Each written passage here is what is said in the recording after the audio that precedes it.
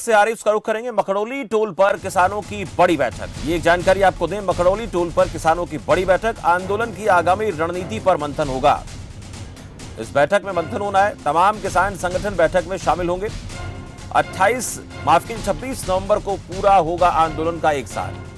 तो 26 नवंबर को आंदोलन का 1 साल पूरा होगा, जिसमें तमाम किसान संगठन जो है बैठक में शामिल है, इस पर चर्चा कर रहे हैं। आगामी जो रणनीति है वो क्या बनाई जानी चाहिए, क्या कुछ इस बैठक में निकलकर सामने आएगा, इस पर नजर बनी रहेंगी। लेकिन इस बीच हमारे संवाददाता रोहतक से जितेंद्र पांचाल जुड़ चुके हैं, उनसे ताजा अपडेट लेंगे। जितेंद्र पांचाल, किसान संगठनों की बैठक होगी थोड़ी देर बाद, जानकारी मिल रही है, और इस बैठक में किसान आगामी रणनीति पर चर्चा करेंगे कि आंदोलन का रुख क्या होना चाहिए। आपको क्या जानकारी मिल रही है पांचाल? हाँ, बिल्कुल बिल्कुल मैं बताना चाहूंगा दर्शकों को, क्योंकि किसान आंदोलन का 26 नवंबर को 1 साल पूरा होने जा रहा है। उसी को लेकर के हरियाणा में आंदोलन किस तरह जा रहा है, किस तरफ जा रहा है, इसको लेकर के तमाम चर्चाएं होंगी कि आगामी किस तरह की रणनीति तैयार करेंगे किसान।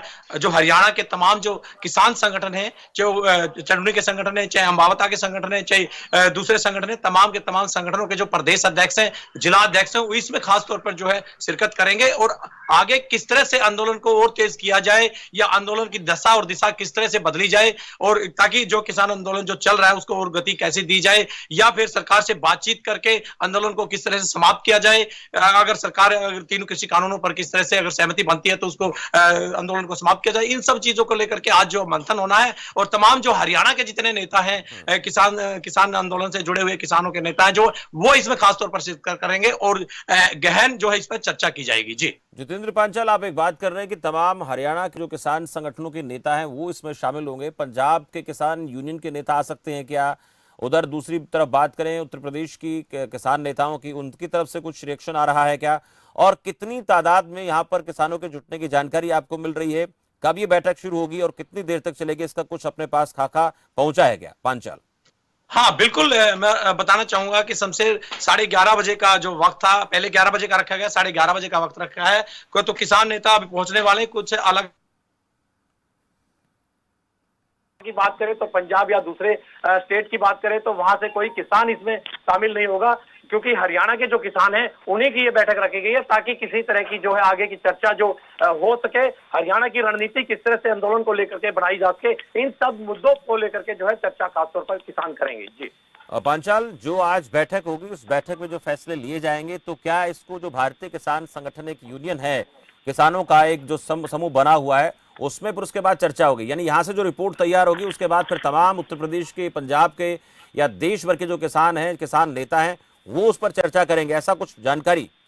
हाँ बिल्कुल, जिस तरह से शमशेर, क्योंकि संयुक्त किसान मोर्चा का जो आह्वान है, उस आह्वान के तहत जो कार्यक्रम जो हरियाणा में किए गए हैं, अब जो है उसको चर्चा करके ही अब यहाँ के जो हरियाणा के जो कार्यक्रम होंगे उन पे चर्चा होगी, और उसमें फिर जो है संयुक्त किसान मोर्चा के पास जो प्रस्ताव जो रखा जाएगा किस तरह से आंदोलन को, क्योंकि हरियाणा की जो बात मुख्य तौर पर आज कही जा रही है, हरियाणा के जो किसान संगठन है वो इसमें भाग लेंगे। इसमें जो रिपोर्ट तैयार होगी, जो प्रस्ताव पास होंगे, वो संयुक्त किसान मोर्चा जो राष्ट्रीय स्तर पर है उस पर जो रखे जाएंगे कि आंदोलन को किस तरह से रखेंगे, और अलग अलग जो स्टेट में जो किसान आंदोलन चल रहे हैं वो भी अपने अपने तरह की अलग अलग चर्चाएं करेंगे कि आंदोलन को किस तरह से ले जाना है और क्या कुछ जो आगे की रणनीति तैयार करनी है। जी इलाहाबाद उपचुनाव के बाद हम देख रहे हैं किसानों की सक्रियता जो है बढ़ती हुई नजर आ रही है। जितेंद्र पांचाल, इस उपचुनाव को लेकर क्या रिएक्शन किसानों के आ रहे हैं, किसान नेताओं के आ रहे हैं, उनका क्या कुछ कहना है? जैसे कि केंद्र सरकार की तरफ से एक्साइज ड्यूटी को भी कम किया गया पेट्रोल डीजल पर, क्या कुछ यहाँ से बातें निकल रही हैं?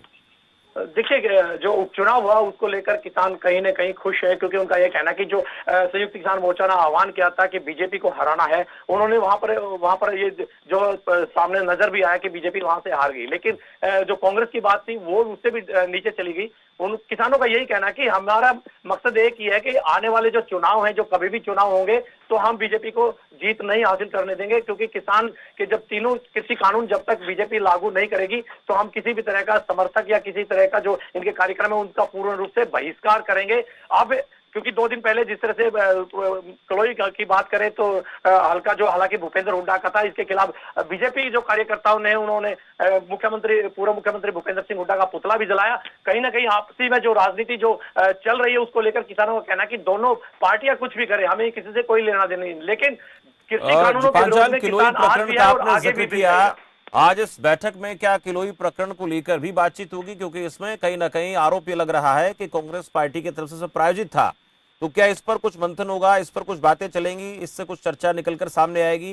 क्योंकि अगर तमाम हरियाणा के किसान संगठन इसमें शामिल हो रहे हैं तो इस पर बात होना लाजमी मुझे नजर आता है। हाँ बिल्कुल, मैं बताना चाहूंगा कि शमशेर, जिस तरह से कल मेरी किसान जो नेता है उनसे भी बात हुई थी, उनका यही कहना था कि कलोई में जो है किसान थे, ना कि कोई कांग्रेसी। और उन्होंने ये भी कहा कि अगर आगे हमारा एजिटेशन किस तरह से होगा, कहीं भी विरोध होगा तो हम अपनी द्राती गनासी और जेली वगैरह लेकर जाएंगे, ताकि बीजेपी को ये पता लग जाए कि आखिर किसान है, ना कि किसी पार्टी से जुड़े हुए लोग। जी शमशेर। जानकारी के लिए जितेंद्र पांचाल हमें जानकारी दे रहे थे। तमाम हरियाणा के किसान संगठन इस बैठक में शामिल होंगे। 11:30 बजे का समय निर्धारित किया गया है और आंदोलन का 1 साल 26 नवंबर को पूरा होगा। हरियाणा के किसान संगठनों की तरफ से रिपोर्ट तैयार की जाएगी, उसका संयुक्त किसान मोर्चा के सामने प्रारूप रखा जाएगा। अब देखना दिलचस्प होगा कि इसमें क्या निर्णय लिया जाता है। एक बड़ी जानकारी आपको दे